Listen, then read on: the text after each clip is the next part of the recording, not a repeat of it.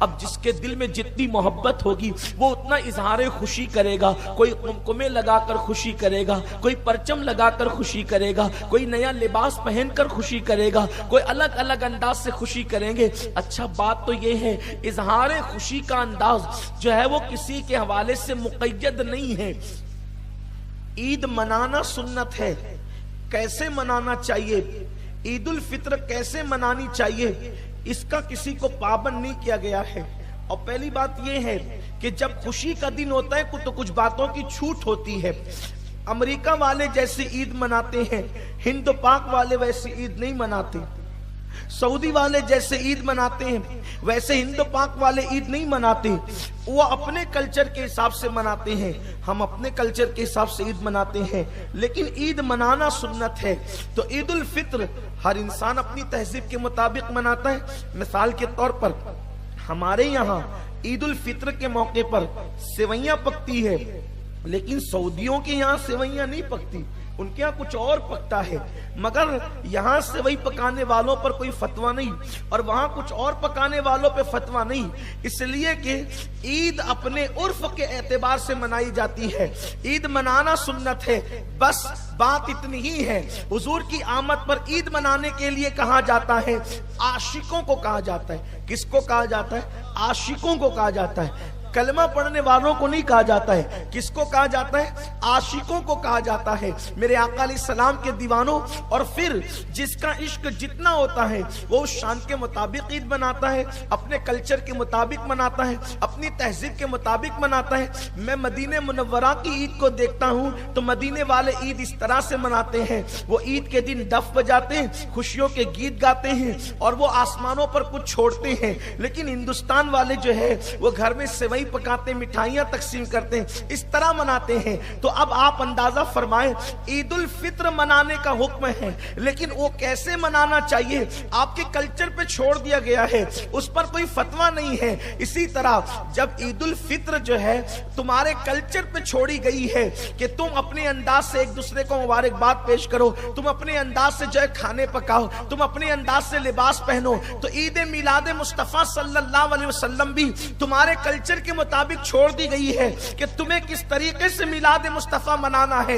کہیں پر میلاد مصطفیٰ کھڑے ہو کر کے سلام پڑھ کر منایا جاتا ہے, کہیں جلوس نکال کر منایا جاتا ہے, کہیں نعتوں کی محفل سجا کر منایا جاتا ہے, کہیں پر نعرے لگا کر منایا جاتا ہے, کہیں پر کانفرنس کر کے منایا جاتا ہے. منایا کس طرح جائے اس پر بحث نہیں ہے, صرف یہ ہے کہ جب دل میں خوشی ہو تو اس کا اظہار ہونا چاہیے. میرے پیارے آقا صلی اللہ علیہ وسلم کے دیوانوں, اور حضور کی آمد پر جو خوش ہو جائے, حضور کی آمد پر جو خوش ہو جائے, اللہ رب العزت اس کی مصیبتوں کو دور کر دیتا ہے, اس کی مشکلوں کو دور کر دیتا ہے. اتنی بات پڑھ کر کے اصل عنوان کی طرف آنا چاہتا ہوں. کعبۃ اللہ شریف صدیوں سے مصیبت میں مبتلا تھا, صدیوں سے مصیبت میں مبتلا تھا. دہشت گردوں نے کعبے کو مصیبت میں گرفتار کیا تھا. آپ میرے جملوں کو سمجھنے کی کوشش کریں. مصیبت کہتے اس کو ہے. آپ کہیں گے دیکھو کعبے کو مصیبت میں مبتلا کہہ دیا, یاد رکھنا مصیبت کہتے اس کو ہے کہ جو چیز انسان نہ چاہے اور اس پر وہ مسلط کر دی جائے. کعبہ اللہ کا گھر تھا, کیوں بنایا گیا تھا؟ راکعین کے لیے بنایا گیا تھا کہ رکوع کرے, عاکفین کے لیے بنایا گیا تھا کہ اعتکاف کرے, ساجدین کے لیے بنایا گیا تھا کہ سجدے کرے. لیکن اس زمانے کے دہشت گردوں نے لات و حبل کو اس پہ سجا دیا تھا, لا کر کے رکھ دیا تھا. اوپر بت تھے, اندر بت تھے. کعبہ اس مصیبت میں گرفتار تھا, اور گویا کہ کعبہ جب اس مصیبت میں تھا تو ہر دن وہ روتا ہوگا, ہر دن آہیں بھرتا ہوگا, ہر دن آنسو بہاتا ہوگا. کیوں آنسو بہاتا ہوگا؟ میں لات کے لیے نہیں, میں منات کے لیے نہیں, میں عزا کے لیے نہیں, لیکن صدیوں سے مصیبتوں میں مبتلا ہونے والی وہ کعبے کی دیواریں جب مصطفیٰ جان رحمت کی میلاد ہوتی ہے تو مصیبت میں گرفتار وہ کعبہ خوشی سے گھومتا ہے, خوشی سے جھومتا ہے. گویا قدرت نے کہا حبیب کی آمد پر جو خوش ہو جائے پھر اس کے غم باقی نہیں رہتے. پھر قدرت نے صدیوں سے مصیبت میں گرفتار کعبے کی دیواروں کو مصطفیٰ کی آمد کی خوشی کے صدقے کعبۃ اللہ کو بتوں سے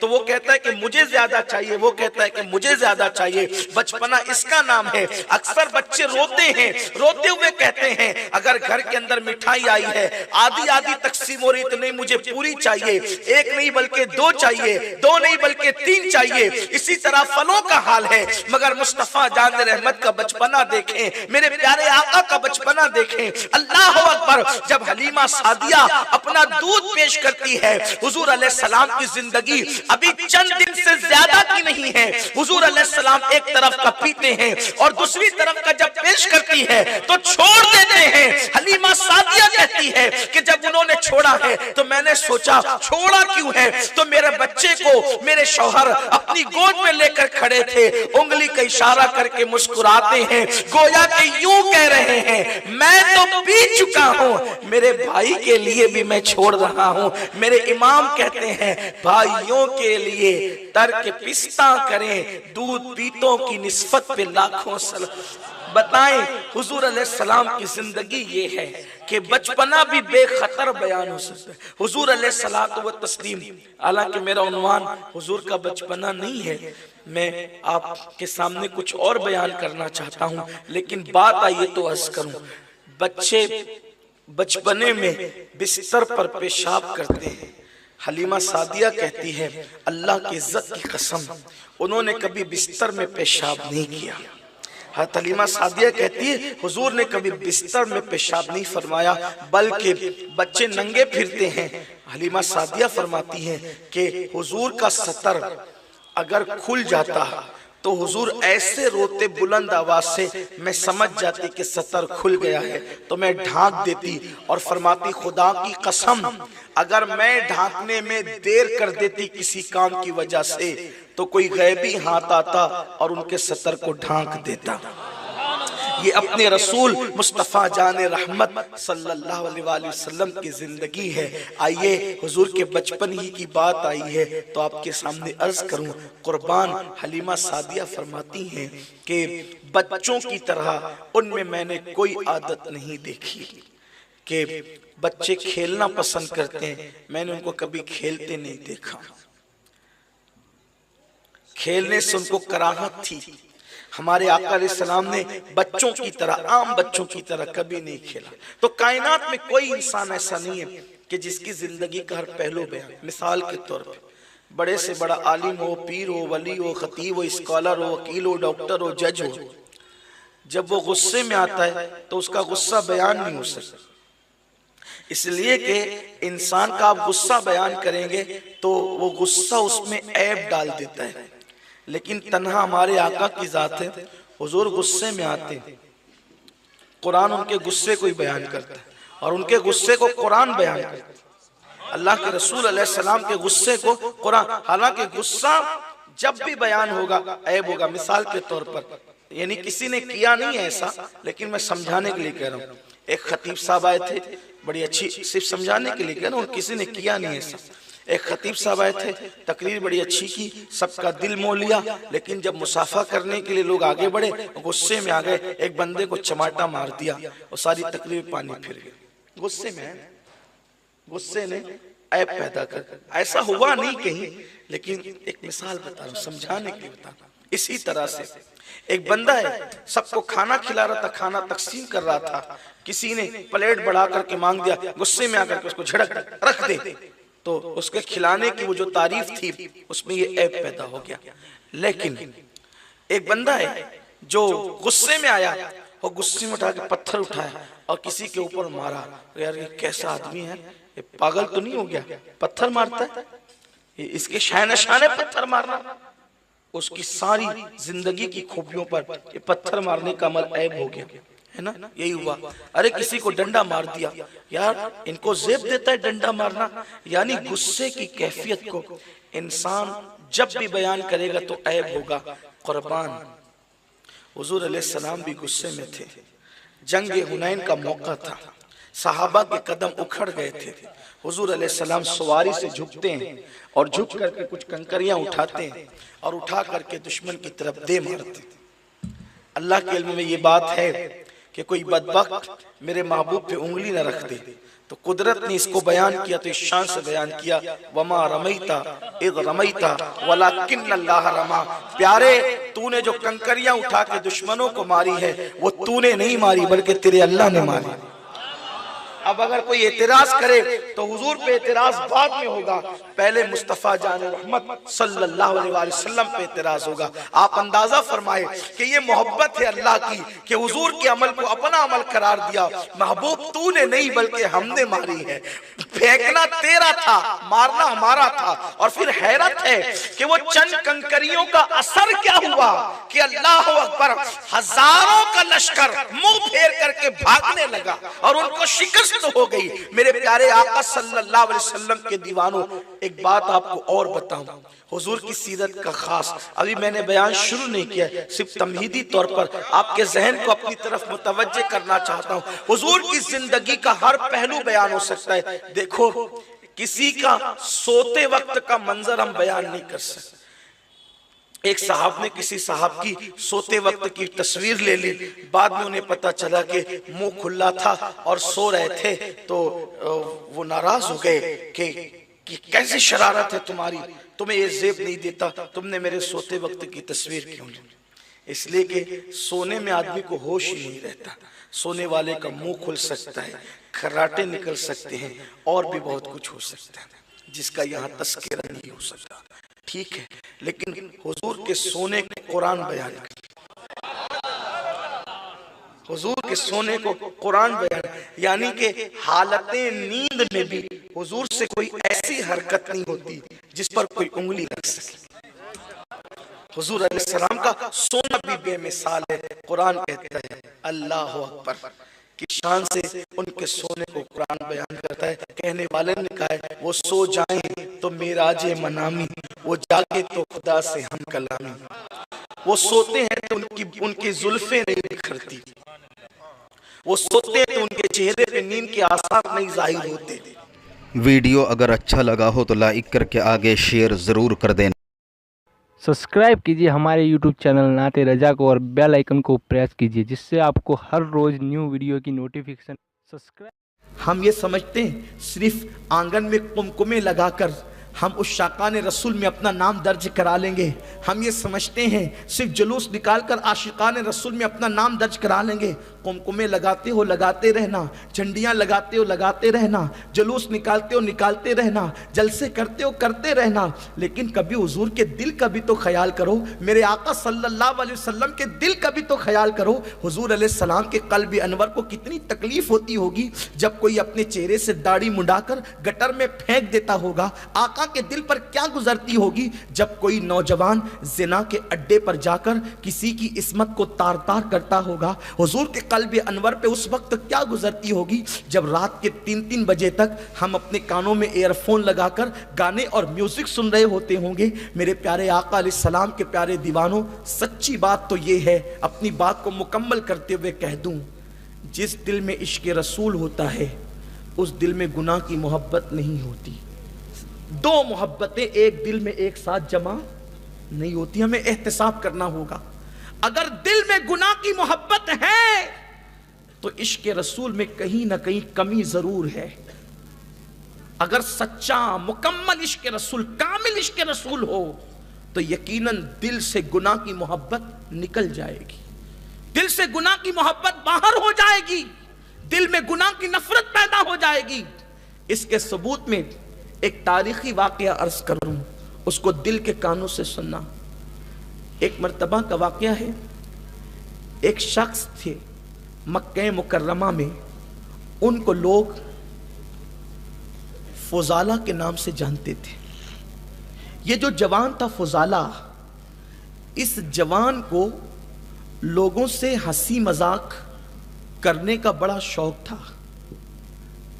اکثر لوگوں کے یہ منہ لگے رہتے تھے فضالہ اور ہنسی مذاق کرتے تھے. اور اسی ہنسی مذاق میں ایک ایسی لڑکی سے بھی دل لگی کرتے تھے کہ جس کا گھر مسجد حرام کے آس پاس ہوتا تھا, اور ان کی عادت تھی کہ جب وہ کعبے کے طواف کے لیے جاتے تو جاتے ہوئے بھی اس لڑکی کے گھر بیٹھتے اور جب کعبے کا طواف کر کے نکلتے تو بھی اس لڑکی کے گھر بیٹھتے اور ہنسی مذاق کرتے۔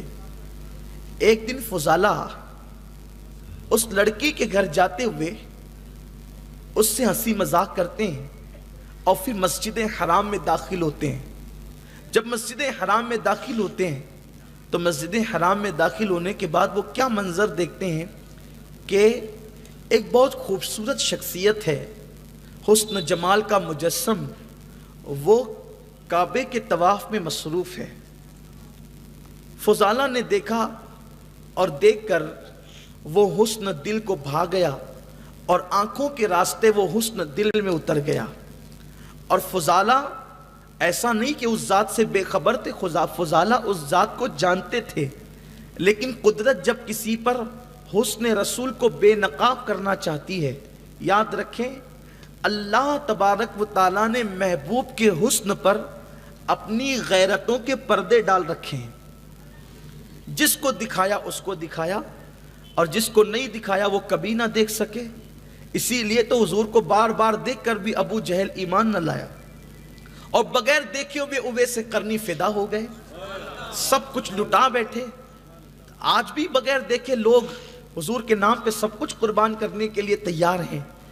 تو فضالہ نے دیکھا اور اس دن کیا دیکھنا تھا کہ وہ حسن آنکھوں کے راستے دل میں اتر گیا، لیکن چونکہ محبت، لالچ، بڑی پیسے کی محبت، دولت کی لالچ بری چیز ہوتی ہے، فضالہ نے سوچا کہ محمد عربی روح فدا صلی اللہ علیہ وسلم کعبے کا طواف اکیلے کر رہے ہیں اور کوئی موجود نہیں ہے، تو لاؤ اپنے پاس خنجر ہے، اسی خنجر کو ان کے سینے میں اتار دیں تاکہ محمد عربی صلی اللہ علیہ وسلم معاذ اللہ ختم ہو جائے، العیاذ باللہ۔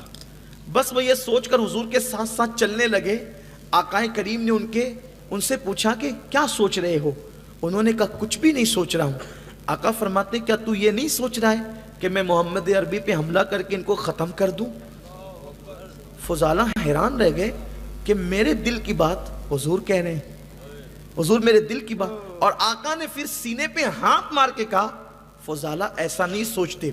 فضالہ کہتے ہیں دست اقدس سینے پر کیا لگنا تھا کہ میرے دل سے حضور کی کدورتیں، نفرتیں سب دور ہو گئی اور حضور کی محبت اور عشق پیدا ہو گئے۔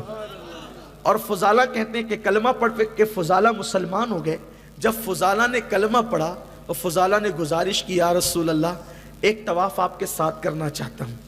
میں اس پس منظر کو بلکہ اس منظر کو جب تصور کی نگاہ میں دیکھتا ہوں تو حیرت ہوتی ہے کہ فضالہ کتنے خوش نصیب تھے کہ کلمہ پڑھ کر ان کو 2 کعبے کا طواف ایک ساتھ کرنا نصیب ہوا، اس لیے کہ کعبہ ہے، کعبے کا کعبہ ہے اور پھر فضالہ ہے، یعنی 2 کعبوں کا طواف ایک ساتھ فضالہ کر رہے ہیں۔ قیامت تک کعبے کا طواف کرنے والے طواف کریں گے، لیکن اس شان کا طواف اب کون کرے گا کہ ایک طرف کعبہ، پھر کعبے کا کعبہ اور پھر فضالہ۔ بہرحال ایسا طواف کرنے والوں نے بھی کیا، ان کے مقدر پر سلام ہے، 1000 بار سلام ہے جنہوں نے اس شان سے کعبے کا طواف کیا۔ اب طواف کعبہ کر کے جیسے ہی فضالہ اپنے گھر کی طرف جانے لگے تو فضالہ جب گھر کی طرف جا رہے تھے تو اس لڑکی کا گھر بھی آیا، وہ انتظار میں تھی کہ فضالہ روز کی طرح طواف کعبہ سے فارغ ہو کر پھر میرے گھر آئے گا، پھر دیوار شکن قہقہے لگیں گے، پھر ہنسی مذاق کا دور چلے گا اور پھر فضالہ میرے دل کو خوش کر کے اپنے گھر کی طرف جائے گا۔ لیکن جیسے ہی فضالہ اس لڑکی کے گھر کی طرف آئے، اب کیا دیکھا کہ وہ لڑکی تکتی رہ گئی اور فضالہ آگے نکل گئے۔ لڑکی نے فضالہ کو دیکھ کر کہا فضالہ ادھر آؤ، فضالہ ادھر آؤ۔ فضالہ نے اپنے قدموں کو روکا اور نگاہ نیچی کر کے کہا اب میں تیرے کام کا نہ رہ گیا۔ فضالہ کہتے ہیں اب میں تیرے کام کا نہ رہ گیا۔ لڑکی نے کہا کیوں؟ جاتے وقت تو کوئی توہین ہو گئی، کوئی بے ادبی ہو گئی، کوئی خطا ہو گئی، کوئی لغزش ہو گئی، کیا ہوا؟ آپ آتے نہیں۔ فضالہ کہتے ہیں جب تک حقیقی حسن سے نگاہیں نہ ملی تھی، تیرے حسن کا دل ڈالا تھا، جب دل مالک دل کو دے بیٹھا تو اب تجھے کیا دے سکتا ہوں، اب کسی کو کیا دے سکتا ہوں۔ میرے پیارے آقا صلی اللہ علیہ وسلم کے پیارے دیوانوں، چند سیکنڈ کی محبت رسول نے فضالہ کی زندگی میں انقلاب پیدا کیا، دل کی دنیا کو زیر و زبر کر دیا۔ ہم تو پیدائشی عاشق رسول ہیں، پھر ہم رستہ چلتے ہوئے پوسٹر کیوں دیکھتے ہیں؟ ہم تو پیدائشی عاشق رسول ہیں، راتوں کو ہم موبائل میں زنا کے مناظر کیا دیکھتے ہیں اور کیوں دیکھتے ہیں؟ ہم تو پیدائشی عاشق رسول ہیں، 3 گھنٹے بیٹھ کر کے سنیما کے کیا مناظر دیکھتے ہیں؟ پتہ چلا جہاں حقیقت میں عشق رسول آتا ہے، پھر فضالہ جیسا ہر محبت سے ہاتھ دھو لیتا ہے اور انہی کا ہو کر کے رہ جاتا ہے۔ اے دیوانگان عشق رسول، سنی دعوت اسلامی کے اجتماع میں آنے والوں، علماء اہل سنت کی اس عظیم و شان محفل میں آنے والوں، ذرا ٹٹولو تو صحیح، واقعی ہمارے دلوں میں محبت بھی ہے، ہمارے دلوں میں پیار بھی ہے، ہمارے دلوں میں عشق بھی ہے۔ ارے جن کو محبت ہوتی ہے وہ تو ایک لمحے کے لیے بھی محبوب کی گلی سے نکلنا نہیں چاہتے، ہر وقت تصورات میں، خیالات میں، تخیلات میں وہ محبوب کی گلی کو، بام و در کو رکھتے ہیں، روضہ رسول کو رکھتے ہیں۔ ہم کیسے عشاق ہیں، ہمیں تو کبھی کئی برس تک، کئی دن تک، کئی مہینے تک حضور علیہ السلام کی یاد بھی نہیں آتی۔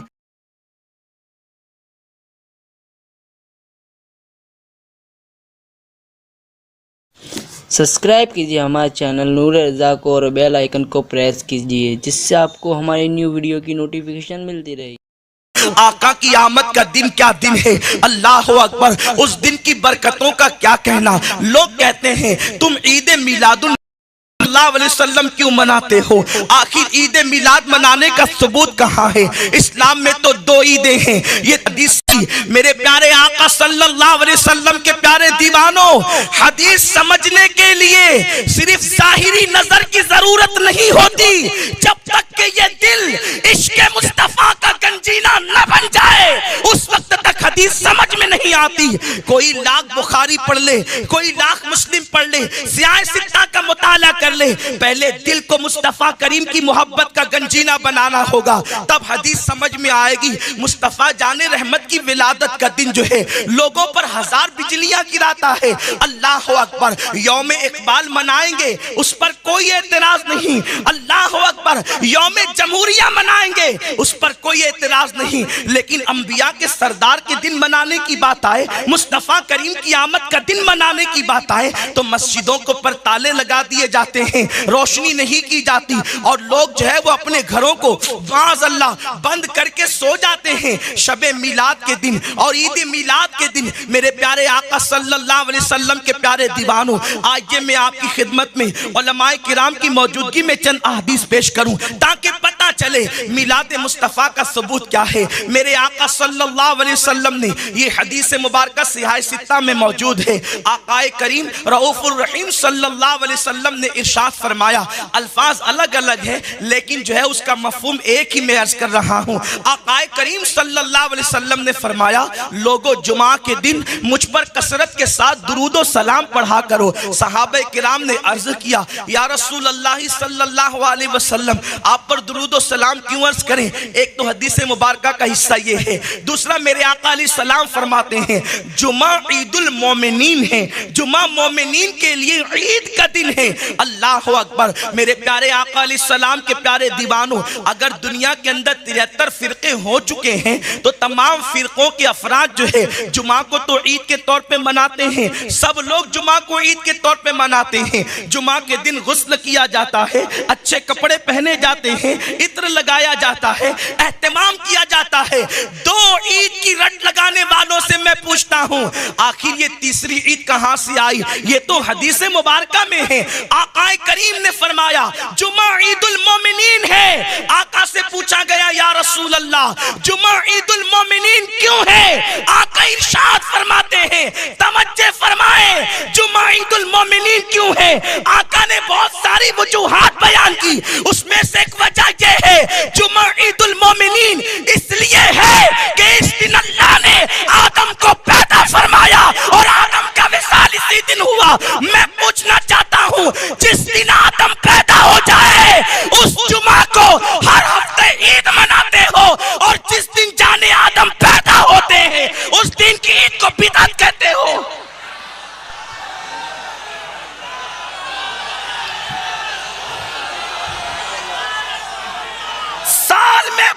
52 عید منانے والوں، 52 جمعہ کو عید مناتے ہو پیدائش آدم کے موقع پر، اور سال میں ایک مرتبہ سید آدم کی ولادت کے موقع پر عید نہیں منا سکتے۔ اصل جو ہے وہ یہ قسمت کی بات ہے، یہ بات قسمت کی ہے، منانے نہیں منانے کا معاملہ نہیں ہے۔ ہر آدمی اپنی اپنی کیٹیگری کو بتاتا ہے۔ جب آقا کی ولادت ہوئی تھی سب خوش ہو رہے تھے، سب کو خوشی تھی۔ اگر کسی کے ماتھے پر سلوٹیں تھی اور کسی کی آنکھ میں آنسو تھا تو وہ شیطان تھا۔ حضرت مولانا مفتی نعیم الدین مراد آبادی رحمت اللہ علیہ فرماتے ہیں، نثار تیری چہل پہل پر ہزاروں عید ربیع الاول، نثار تیری چہل پہل پر ہزاروں عید ربیع الاول، سوائے ابلیس کے جہاں میں سبھی تو خوشیاں منا رہے ہیں، سوائے ابلیس کے جہاں میں سبھی تو خوشیاں منا رہے ہیں۔